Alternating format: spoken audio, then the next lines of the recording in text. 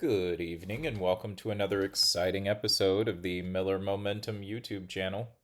Today we're going to talk about strategic betas, and I don't mean Siamese fighting fish. I mean equity factors that investors often use to tilt their portfolio towards certain varieties of stocks.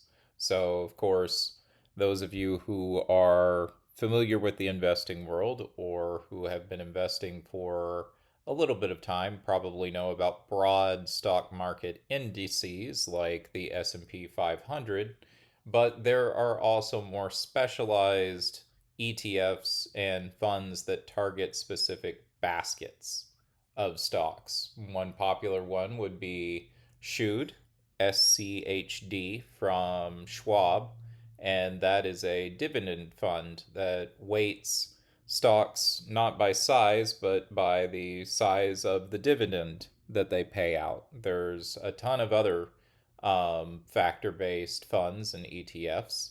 SPMO, SPOMO, as I like to call it, the S&P 500 Momentum Index, takes the top 20% of assets from the S&P 500 with the greatest momentum over a recent 12-month time period. So that's another way to collect stocks. There are also value funds that look for stocks that are underpriced relative to their business fundamentals. So players that may be overlooked in the field and whatnot. And today I'm going to take you through the most common factors that we see out there in these so-called strategic beta funds. And of course, I'm biased toward momentum because I really like its adaptability and how well it pairs with alternative trend following strategies. But there is no one be all end all strategy in investing. There are tons of legitimate, serviceable strategies out there. My approach that I take for my investments is just one of a myriad of choices. So I want all of my viewers and especially my Patreon subscribers to be aware of all of the options out there and how all of these things work. So let's get started. First, value. Again, like I said about a minute ago, it looks for stocks that are underpriced relative to their fundamentals. So this captures the risk premium of distressed assets. Kind of fallen angels that still have hope for redemption. It exploits overreaction to bad news, and it succeeds and exceeds return expectations typically during early recovery periods. So-called junk rallies off the bottom. Of course, these value stocks are not junk, they are diamonds in the rough. And they also tend to succeed when inflation is high. So real assets often hold value better. And that's why during 2022, a lot of people were surprised at the Schwab dividend ETF's relative resilience. That is expected for value based funds, which have a lot of overlap with dividend focused funds, which we'll get to in a moment. Um, you also saw this resilience, by the way, for ETFs and funds like VTV, which is Vanguard's value index.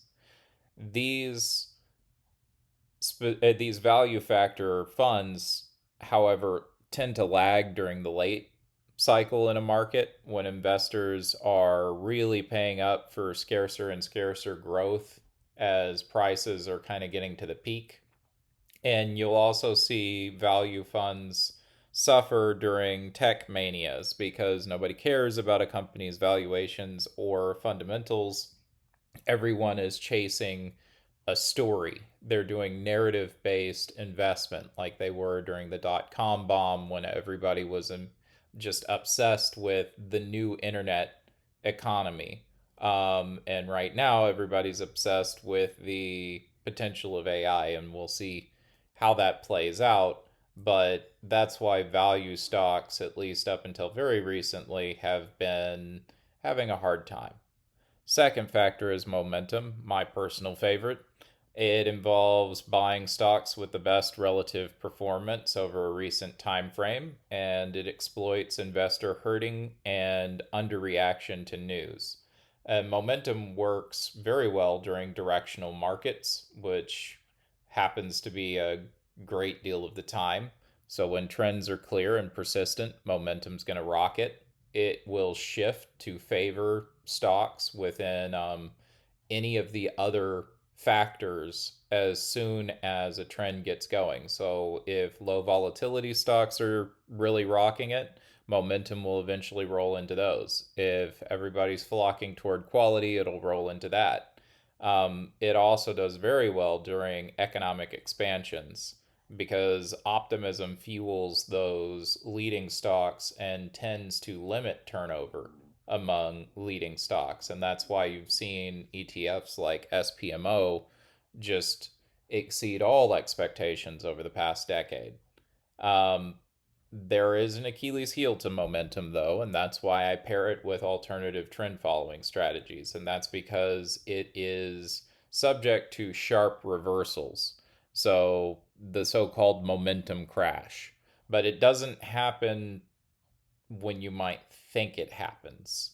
It typically happens at the beginning of a market recovery, and it's not necessarily that momentum crashes harder than other factors or even the stock market as a whole. In fact, momentum tends to have significantly lower maximum drawdowns overall.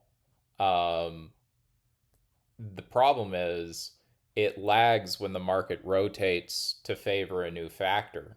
So you have to be comfortable with underperforming for a while. So at the start of the most recent bull market, SPMO was actually lagging the S&P 500 and it took about a year to catch up. And then it exceeded. So it rewards the patient. It also has trouble with choppy markets. So if there's a lack of trend, if stocks are just going up and down and there's no clear momentum winners, then that whipsawing action can really hammer momentum. And that's why I prefer, again, to pair it with alternative trend following strategies like managed futures and active long volatility and gold. So, next factor, quality. Quality is about chasing companies that have high profitability or return on equity. They have stable earnings, they have low leverage. We're talking about things like Coca Cola. And investors overpay for lottery ticket stocks all the time and undervalue these boring, reliable companies. And these boring, reliable companies really shine during slowdowns and recessions because everybody wants to do a flight to safety. They also shine during the late cycle in a market cycle because investors are seeking durability as the economy slows down and you start getting to the point where you're going to have a correction or a crash. Uh, Now, quality stocks lag during early recovery because investors are chasing high risk and low quality speculative stocks. So don't be surprised if at the beginning of a bull run, those quality stocks start stagnating because nobody's really thinking rationally at that point. They're looking for the next get rich move. Um, they also tend to really fall behind during raging bull markets like what we were in until recently and what we still might be in. We'll see how the market changes over the next month or so. But during raging bull markets, safe stocks seem too slow. People want their massive gains. They're impatient. They don't have time. So, next factor is low volatility. And low volatility is actually sort of the opposite of momentum, and I've seen it paired well with momentum in some strategies. I don't personally use it, but it's intriguing. So it looks at stocks with the lowest historical price fluctuation or beta. And investors are typically interested in low volatility as a factor because they want to maximize, you know, so many people are maximizing returns by bidding up high volume stocks. They want to go after the low volume stock because it's underpriced and the price direction is more stable, it's more predictable. So you have slow, steady gains instead of quick paced, fleeting gains with low volatility. And low volatility is especially nice during bear markets because these stocks fall significantly less than the market overall. Sometimes they even rise. And they're great when the volatility index is spiking as well. They do tend to lag during strong bull markets, just like the value factor does. They can't keep up with the rapid rallies. And they also tend to suffer from rising rate environments because they often act like a bond proxy.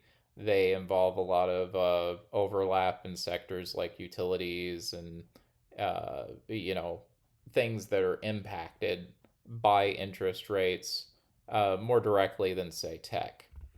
Um, the next factor is size, and by size, most people are going to mean small cap or mid cap, and that's targeting smaller companies who are just getting started and have a lot more horizon to their growth. Um, the compensation here is you trade lower liquidity and higher business failure risk for the potential for higher returns. And smaller companies tend to do very well during the early recovery period after an economic crash because small firms rebound fast. They're small, they're agile. They also do well on risk on environments and environments where liquidity is high because people are looking for the next rising stars. And those rising stars are going to come from the small caps. Now, these small caps lag when there's a recession because small firms lack capital buffers and they can't borrow as easily as bigger companies, and they also can't just petition the government to bail them out if they fail. Um, they also don't do well in situations where money is tight because high rates hurt small borrowers. They don't have the same stockpiles and resources as larger companies can draw upon to, build like billion-dollar data centers. Um, Speaking of billion-dollar data centers, that brings us to the next factor, which is growth. Growth is not what a lot of people think it is. They think that investing in growth means, oh, this is the growth part of my portfolio, so it's going to grow more than other parts. I'm expecting a higher return because these are growth stocks. They're set to grow my money. That's not what growth means at all. And growth and other factors actually take turns over time, just switching places as to which factor is actually the most lucrative. There are long periods of time where value stocks vastly outperform growth stocks. Growth refers to companies that have high projected earnings and sales growth. Again, projected, forecasted. You are investing in companies who tell you that they expect to expand. They say, we promise we're going to grow by this much. We think we're going to grow by this much. This is what we want to do in the future. There are no guarantees. You are engaging in an exercise in hope on whether these companies can achieve their growth goals, their ambitions. Not that that's wrong. It's not. It can be a very good idea. I mean, just look at Microsoft and Apple and such. Um, so, growth stocks are where investors go because they want long duration assets and they have optimism about future cash flows, not current cash flows. They're looking beyond the horizon. These growth stocks succeed when rates are low because future cash flows are valued more highly and these companies can get money more easily. And they're also valued during periods of slow growth because growth becomes scarce and it starts commanding a premium, and people want to look for who's going to be expanding in the future to maximize their future returns, not necessarily their current ones. Now, growth stocks lag when rates are high because the discount rate crushes future valuations. Why? Because it's harder to borrow money. And if you want to grow as a business, almost always you've got to borrow money to do it. And if the interest rate on that borrowed money is high, then it dramatically reduces your chances of success and also eats into your future earnings because you're going to be paying back down that debt that you took out in order to get to your future goals. Growth also suffers during a value rotation when market shifts focus to current cash flows instead of future cash flows. And it seems like we're going through that kind of a cycle right now. And that's been a hard wake up call for a lot of people who have been used to, over the past decade, seeing growth stocks as well. They grow. This is where my money grows. And that's just not an accurate way to see them. Um, they are bets on future cash flow. Now, next one, dividend yield. This is focused on current cash flow. So, people who are dividend investors are looking for high dividend payouts because they have a preference for immediate cash. Bird in hand is better than two in the bush, and they look for management discipline.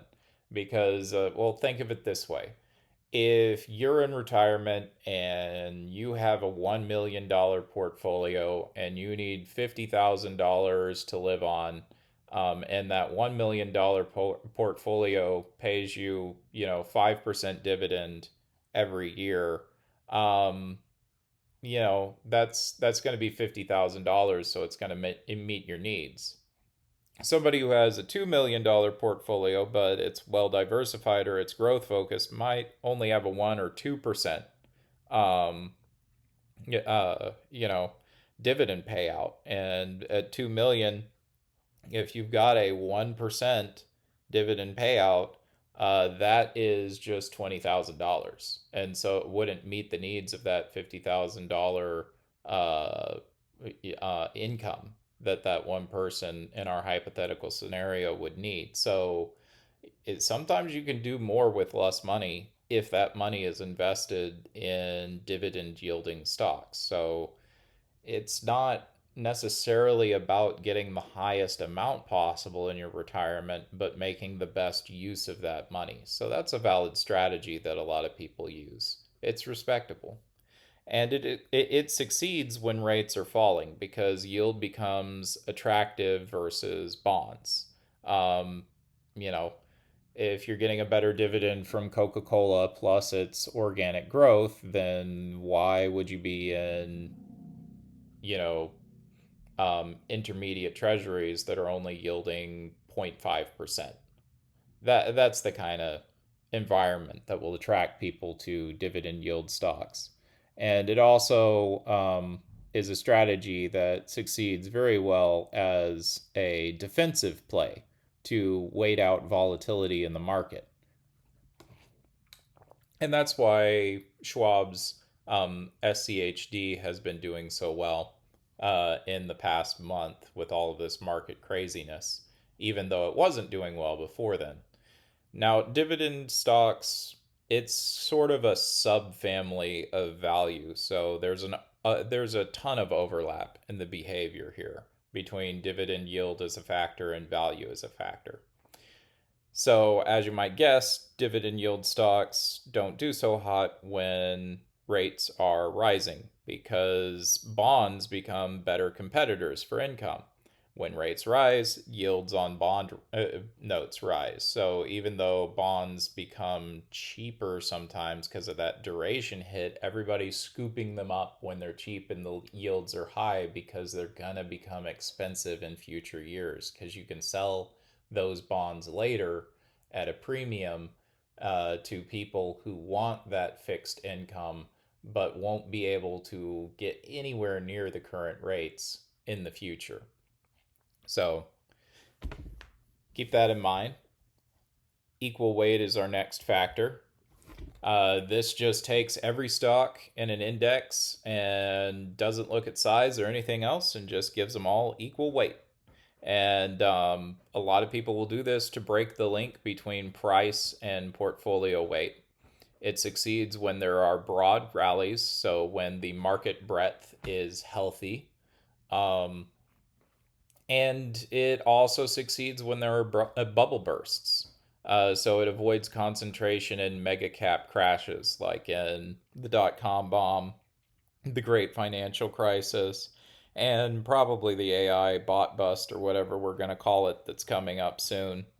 Um, Equal weight is one strategy around that. There are plenty. I use alternative trend following strategies to hedge against bubbles and crashes, but there are investors that are equity only investors and they will only put things in equal weight as a hedge. And that is a strategy. It's respectable. It's something that people do. Equal weight is going to lag, though, in narrow markets, like the one we've seen until recently that's been driven by a few mega caps like big tech. They're also going to be uniquely vulnerable in certain crashes that some people might think they'd protect against. Because since they have that small cap exposure magnified because they're weighting everything equally, if there is a big crisis, like the COVID shutdown, for instance, that disproportionately impacts smaller employers, they are going to have a much larger drawdown than other ETFs and funds because they are they're just hurt by that exposure to small caps that get crushed by these crises. Now, the last factor I want to talk about is it's not something you see that's too common in ETFs and funds, but it is commonly used in quant funds and broader strategies, and that's liquidity. And it targets illiquid stocks or liquid ones. And by that, it's trying to capture the illiquidity premium. So you get an extra return for hard to sell risk as long as you hold on to it and are comfortable with that. So it succeeds in stable markets when investors can patiently harvest that illiquidity premium, and it also succeeds long term for compounding yield on those hard to sell assets. Now, on the flip side, you can target easy to sell assets as a buffer against your illiquid holdings, and also as kind of a bond analog. Now, liquidity tends to lag when there are liquidity crises. Either an increase in illiquidity or a massive sudden surge in liquidity. So panic selling makes these hard to sell assets impossible to sell. And so their price just spirals downward. So market crashes, that will spread, it'll widen your spread between bid and ask quite violently on these. So again, liquidity is not a factor that you commonly see in ETFs and funds, but it is something that I think is important to talk about. So, with all of this said, I want to tackle a certain mythology that I've seen crop up on YouTube about certain factors being safer than others, or value um, equities being bond replacements or dividend equities being bond replacements. I wouldn't feel comfortable using that language, because these different factor tilts, they're just different. They have a different set of risks and rewards. And not any of them is safer or better or more risky than the others. They just have different areas where they excel. And I'm going to prove this right now by comparing the Vanguard Growth Index, the Vanguard Value Index, which also is known as VTV. So, and the Vanguard Total Stock Market Index, again, just for the universe of US stocks. And looking down at the past 33 years of performance, we can see that the growth stock, the index signified by the blue line, has had periods where it is on top. The red line, which is the value index, has had periods where it has been on top. And then the total stock market is going to always sit somewhere in between that red and that blue line. So growth and value over the time fight back and forth to see who's on top. And it just depending on any given time in the stock market, if you freeze it, it'll look like value is the superior strategy for returns or growth is the superior strategy for returns. The truth is, they just alternate based on broader macroeconomic conditions. And you can really see this when you look at their rolling metrics. So, this is the rolling 60-month return. You can see growth has a big period of outperformance during the dot-com boom. Then it is disproportionately impacted with the dot-com bomb, whereas value starts that recovery sooner, and value continues to outperform up until the great financial crisis, because that impacted a lot of stocks that were thought to be solid in value. And after that, you can see growth comes back in the recovery. And growth has actually dominated now since about 2010.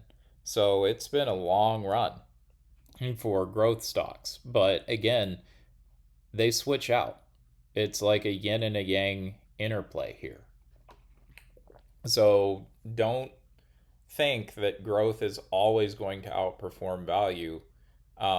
It's not. And don't think that it's safer either, because let's look at the summary statistics here for the past 33 years.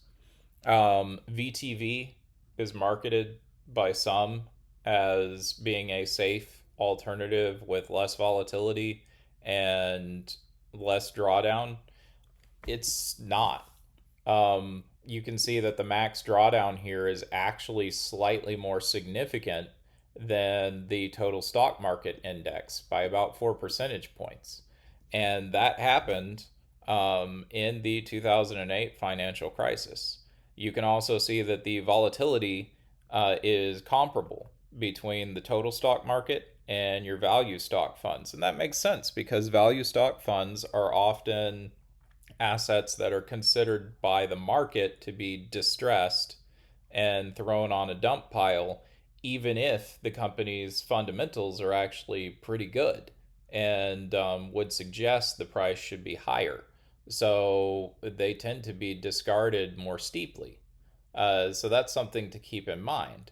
They are a strategy of buying low and selling high, but with the understanding that if you do that, there is a distinct possibility that these assets that have been cast aside as misfit toys or boring might be cast aside even more before they eventually go up and find their correct price target based on their fundamentals. So you have to be ready for potentially higher volatility with these stocks and potentially deeper drawdowns on value.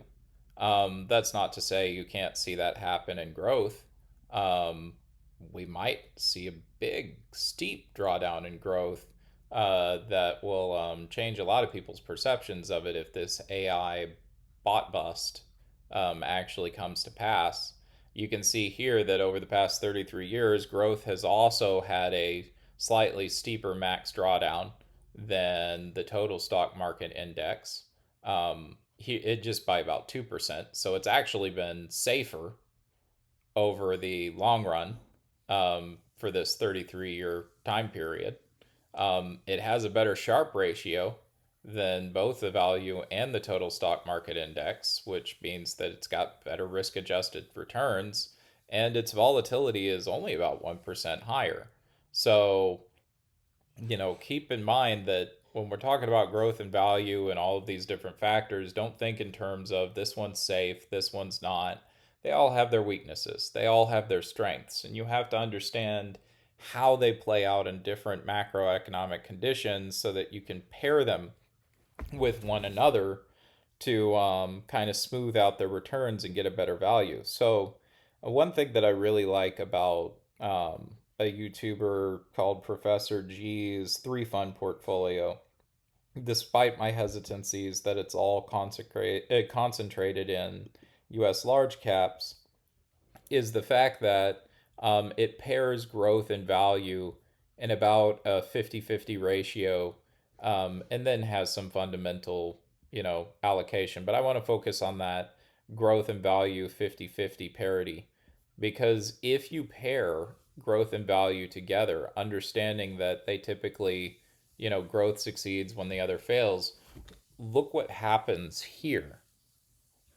So you're not getting as much as you would have if you put everything in growth. But with this 50-50 split between growth and value rebalanced quarterly, you are now beating the total stock market by just a little bit, by about 0.20%. You know, it's between 10.35% money weighted return and 10.59%. But it makes a difference because, you've got uh, 2.2 million versus, 2,074,000. So that's a little more than $100,000 difference, $120,000 difference. And you get that with a slightly lower max drawdown because the two different factors are balancing each other out, yin and yang style. And it also lowers your volatility below that, just slightly below that, of the overall um, stock market. And that slight difference there can make a huge impact on your returns over 20, over 30, over 40 years.